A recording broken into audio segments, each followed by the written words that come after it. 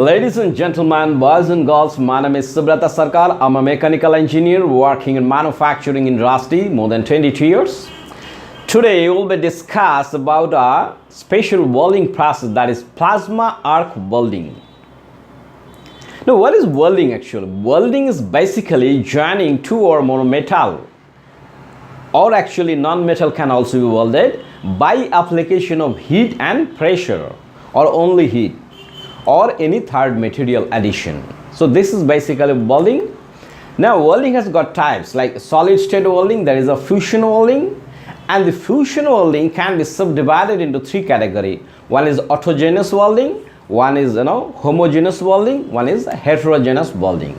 Even for the which we are not going to discuss today, that is a non-metallic material or polymeric material welding, that has got a lot of subcategories. But in metallic material there are 5 categories. One is the gas welding, mostly used for the sheet metals, and resistance welding, electric resistance welding, that is also for sheet metal, and massively used for the automobile industry for making car bodies, etc., fabrication of the sheet structures.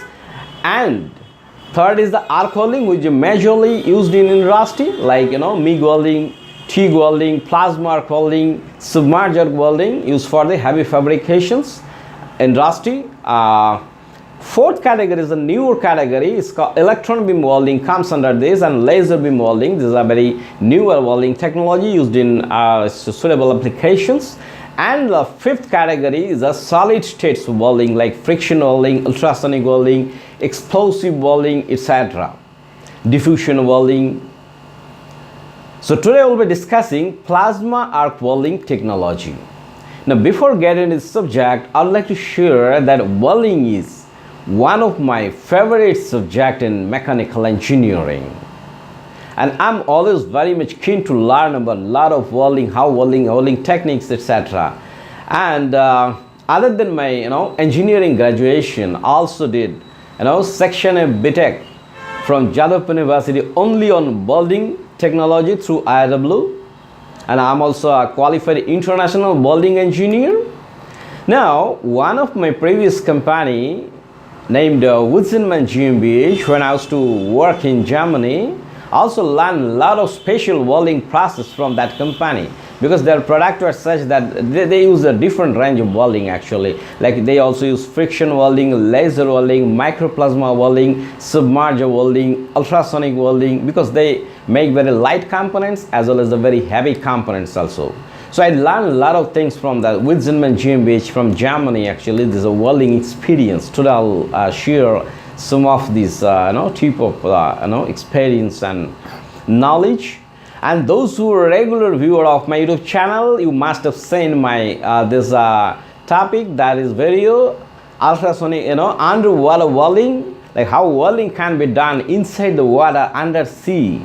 Actually this is very interesting actually. Now today we'll be discussing especially on plasma welding. So what is plasma? Plasma is basically when you are heated or charged gases to a certain temperature, say in the range of 5000 degrees centigrade. So it is basically electronically ionized form actually. And that heated gases, if you channelize through a constricted tubes or something, so you will get a constricted very high energetic beam. So this is basically a plasma beam actually, and it can be used in manufacturing industry in the areas of a cutting of the plate material as well as for the welding application majorly. So in plasma welding, basically there's a arc is generated by a non-consumable tungsten electrode, and in this process there are 2 inert gases needed in plasma arc or microplasma arc welding. One is for producing this plasma, and another is for the shielding the plasma beam which is already generated. So both can be argon gases, and filler metal may be used or may not be used, it depending on the thickness. If the thickness of the metal is say 0.1 millimeter, say less than 1 millimeter, so normally filler metal not needed. And if it is a higher metal thickness, say 3 millimeter or above, or close to 2 to 3 millimeter, so filler material is used. you can see here the typical plasma arc welding process. Now, equipments of the plasma arc welding is very similar to those who have seen the MIG welding, but torch is very special and different in plasma arc welding. In plasma arc welding, this voltage requirement is 80 volt, and the current range is say 50 amperes to 250 ampere range current can be used. A cooling system, water jet cooling system is needed. Obviously, shielding gas is needed. Now, plasma arc welding or microplasma arc welding is also equally what I say compatible to used in the robotic process actually. And microplasma and plasma is basically there is an ampere range is difference. So microplasma for thin jobs used, but the process is very similar to plasma arc and microplasma. You can see there are jobs. I also do a lot of microplasma welding my own hand actually for metallic bellow manufacturing in Germany. And at the time you can see even the ampere ranges you can see here, maybe 10 ampere, 15 ampere, you can do the welding also. Welding like for MIG welding etc. you need 300 ampere, 250 ampere, this much of current is needed. But plasma arc welding, microplasma arc welding rather, is very less current, you can do the welding. These are the typical torches for this plasma arc welding.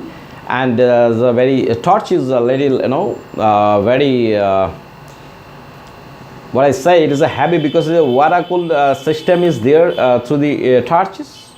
You can see the typical joint or the test piece preparation by plasma arc welding. Now, depending on the thickness of the metal, say less than 1 millimeter, so it is a microplasma is used normally, and if it is a 1 millimeter to 3 millimeter, normal plasma welding process is applicable. And if the thickness is between 3 to 6 millimeter, then it is called keyhole plasma techniques. Plasma welding is done normally from one side of the plates. And if you compare, in many cases where TIG welding can be done, plasma welding can be done, but it has got a lot of advantages over TIG welding depending on the applications. Now, the application of the plasma arc welding for metal thicker than 3 millimeter, this keyhole plasma needs to be used. Mostly plasma welding is for the stainless steel material or special nickel chrome material. The plasma arc welding can be used.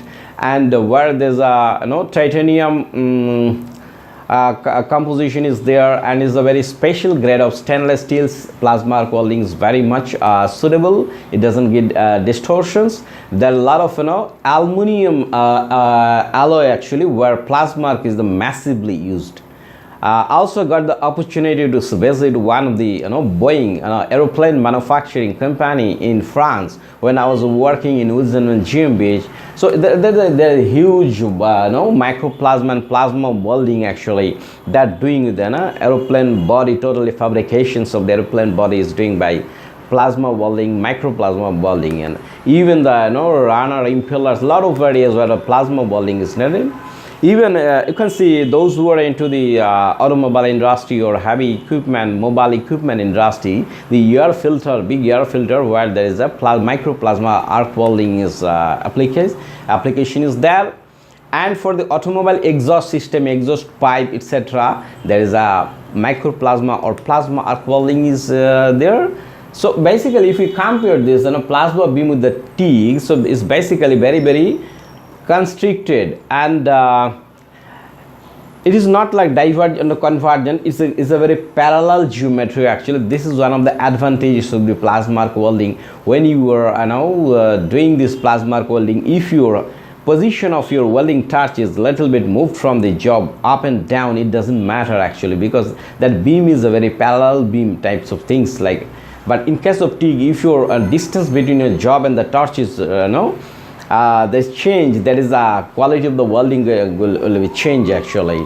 So advantages of the plasma welding, if you say the quality control is more actually in comparison to the TIG welding. and more freedom of the, as I say, the manual welding, when you are doing in the plasma arc welding, if your hands are moving a little bit, it doesn't matter actually, because the beam is a different, very homogeneous type beams actually.